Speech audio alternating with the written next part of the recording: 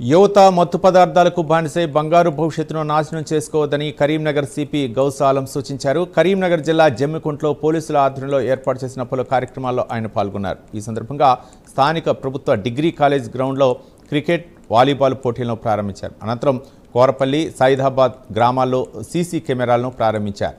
అనంతరం పట్నంలోని ఓ ఫంక్షన్ హాల్లో విద్యార్థులకు, యువతకు, ఆటో డ్రైవర్లతో మత్తు పదార్థాల నివారణపై అవగాహన కల్పించారు.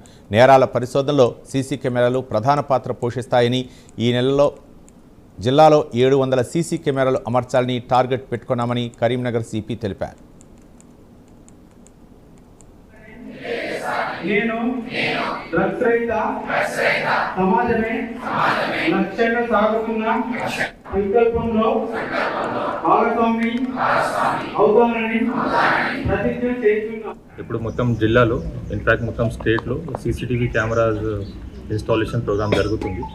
ఈ మంత్లో కరీంనగర్ డిస్టిక్లో 700 కెమెరాస్ టార్గెట్ పెట్టాము.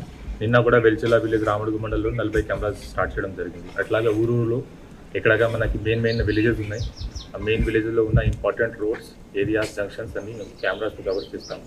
ఇది కాకుండా పాత టైంలో కూడా పెట్టిన కమ్యూనిటీ సీసీటీవీ ప్రాజెక్ట్ కింద, లేకపోతే నేను సైతం ప్రాజెక్ట్ కింద పెట్టిన కెమెరాస్ కూడా ఇప్పుడు కొన్ని కెమెరాస్ నాన్ ఫంక్షనల్ ఉన్నాయి. అది కూడా రిప్లేస్ చేసి మేము అది ఫంక్షన్గా తీసుకొస్తామని చేయాలి. ఎందుకంటే సీసీటీవీ కవరేజ్ ఉంటే మనకి క్రైమ్ ప్రివెన్షన్లో చాలా యూస్ఫుల్ ఉంటాయి, డెటరెన్స్ ఉంటాయి. అది చూసి క్రిమినల్స్ కూడా భయం వస్తుంది, that they are under surveillance. ఇది కాకుండా ఎప్పుడైనా అఫెన్స్ జరిగితే కూడా, ఎలాంటి offence, for example property offence, accident జరిగితే, లేకపోతే ఏమైనా మిస్సింగ్ కేసు ఉంటే కూడా సీసీటీవీ